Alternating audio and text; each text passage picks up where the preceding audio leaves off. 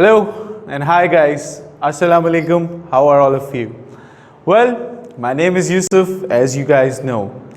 And today I am back with a very exciting activity for all of you. You know what, guys? Today's activity is going to be something that's going to be linked with the first activity of ESL which we guys had done. Just to give you guys a recap, I have started off with the ESL classes structured class for everyone over here who is viewing this channel, and I'm again saying the same thing, guys. It's not only for the teachers, but it's also for the students at the same time. Now, this is going to be a full set of an activity-based learning techniques that I am going to be delivering for you people. Guys, today's activity is going to be linked with the first activity that we guys had. If you guys remember, the first activity that we guys did was, sentence starters or tongue twisters. Come on, I knew that a lot of you would be not fumbling it up. I just did it deliberately, guys.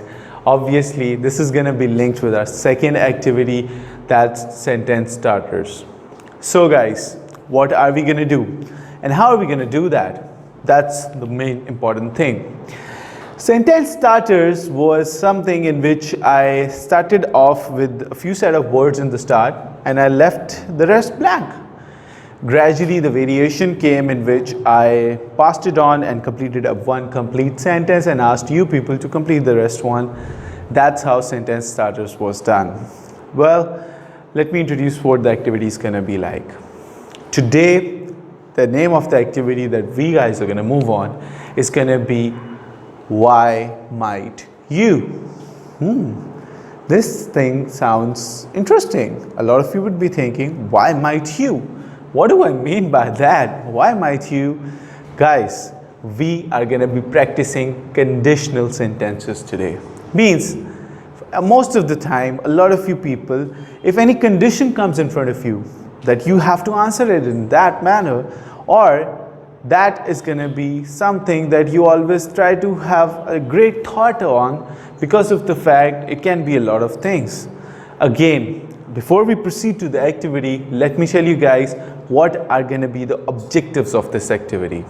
Again, the first thing, we are going to be practicing conditions or conditionals or different situations which are going to be coming across, and how to answer those situations is going to be the key which I am going to be teaching you people up.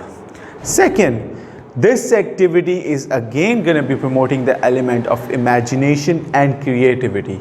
Guys, remember, imagination and creativity. If as a teacher your students are unable to get both these things in them, then it is a cause of concern and you need to ponder on that. The third thing, obviously, spontaneous answering. Guys, you have to restrict them. Once they are into the groove of it, give them limitations. Restrict them to that point in which they have to give an answer in a certain time duration. That is going to be something which is going to be getting them more engaged, and it's going to be something that's going to be having them just come out of their comfort zone. It's going to be something that's going to be more good, and you guys are going to enjoy yourself. Enjoy yourself means this thing up. Interaction is going to be there. Your kids are going to learn, and you and your students both are going to be seeing the results. The third thing, obviously, it's going to be helping them perform together as a class, as a whole. Maybe it can even lead them to have certain individuals come out who are the ones who really want to take initiatives further. So guys, these were a brief description or a know-how about the objectives. Let me repeat the objectives for you people. The first objective was, it's going to be promoting or developing the sense of conditionals. Second, it's going to be developing the sense of spontaneous answering. Third, it's going to be having you kids promoting innovation, creativity and imagination at the same time. And at the end, it's going to do what? It's going to have them come out of their comfort zone. Now, What was the activity's name? Why might you? So guys, how are we going to do this activity? The procedure, which is of extreme importance. And for newcomers, I'll again explain it, but for the old ones, I hope you guys know what we have to do. Teachers, again, just divide your class into different groups. Again, I hope you remember how many groups do we need to have? Do we need to have 4? Oh, 4? No. 5? No, guys, we need to have 6 groups at least. Or if you have a small class, you can even have 5 groups. But at least 5 or 6 groups to make it more interactive and more learning based. Now, divide the class into those groups and write the names of the groups as team A, B, C, and D. E and F also. And then gradually, what you're going to do? You are going to be giving a certain condition, like in this manner, that they would have to put the first segment of it. Or if there is another variation that you guys can use, give them a certain condition that why might they do something. And the people who are going to be there, or the people I refer to, the students. So the students who are going to be there, they have to do what? They have to answer those conditions. Guys, this activity is going to be done in the same manner. Remember, we are going to be passing on the turn each time from one team to another. So only the first team does not have the benefit of doubt always. So gradually the conditions become tough and the marks increase.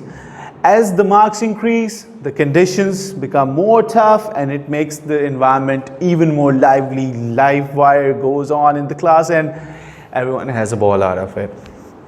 So guys, without any ado, let me introduce you to the first word or the first sentence of conditions that we guys are going to move on.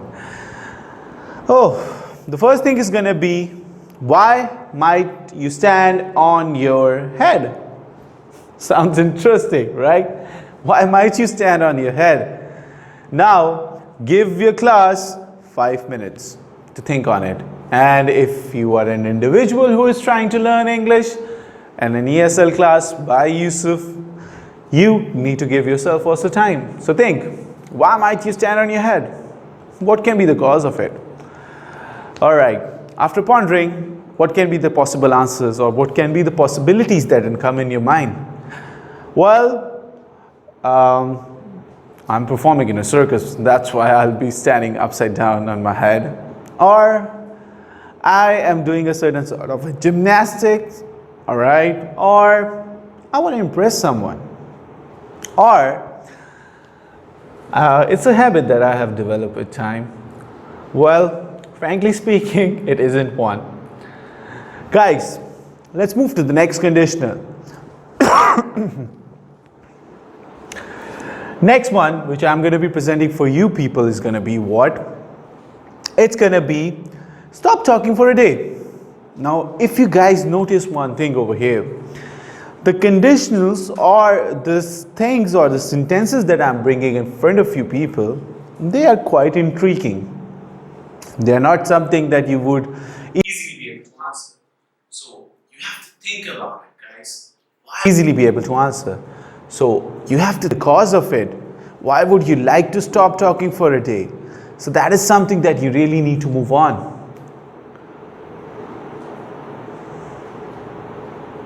Why might you stop talking for a day? That is something that you really need to move on. All right, so think, why would you stop talking for a day? What can be the cause of it? What can lead you people to stop talking for a day? And guys, remember one thing up, always encourage the answers that are really different. Different in this sense that they are non-conventional, not easily answerable. The kid has used the imagination level to such an extent that you're bound to give that kid marks. This has happened a lot of time with me in my classes, and remember and trust me guys, it really is fun. The entire standard of and the level of the education that you want to deliver to your class, it gets from this phase till this phase if your students are getting engaged into it. So your students are going to be the ones who are going to set the standards, and the bars are going to be raised by them. If you want to have them raise the bar for you, you got to be the one who's going to be leading them for the front. So let's move on. The next sentence that I'll give you as an example would be that you can have them think on this thing. Let's give you some sentence that's going to be really out of the box. Like for instance, why might you jump out of the window? Now, over here a question pops up because you would have been a maniac. A lot of people will be thinking that, oh, on another note, it can be fire that's caught up in a building, or it can be something else that has tend to happen. Well, there can be a lot of answers that can be given in it. And I'm again saying to the teachers and the instructors, guys, the group that repeats the answer gets a 0. And try to make a sad face when you give a 0 to your class. It really gives them, the courage to really motivates them to move on with it. That was in a humorous sense. But on the other side, you need to encourage them to give you good and new answers, not the repetition ones. Next, after jumping out of the window, let's come back to something that gives you more power, authority. Ask your students, why would you like to visit the Prime Minister or the President of a country? Now, this is something sounds interesting. That like, why would someone like to visit the Prime Minister and the President? Now over here, they can come up with so many queries that are there. They can come up with so many good answers that are present in them. And they can come up with even so many intriguing things that are present in it. So, have them think. Last sentence of the day and of the class is going to be, why would someone refuse to come to this lesson? Now, the lesson that you are taking in your class, guys, you need to have your students think out of it. That why would they ever like to refuse, or why might they refuse to come to the class? A lot of kids can say it because it was boring, or it was not of their interest. Some can say, you can take it from the positive side even. They can be sick, they can be unwell, they could have been going somewhere. So these are the things that you have to move on. Guys, I'm again saying the same thing to you people. Variations are always welcomed. You can variate this particular way, manner, and the nature according to the surrounding that you are teaching in.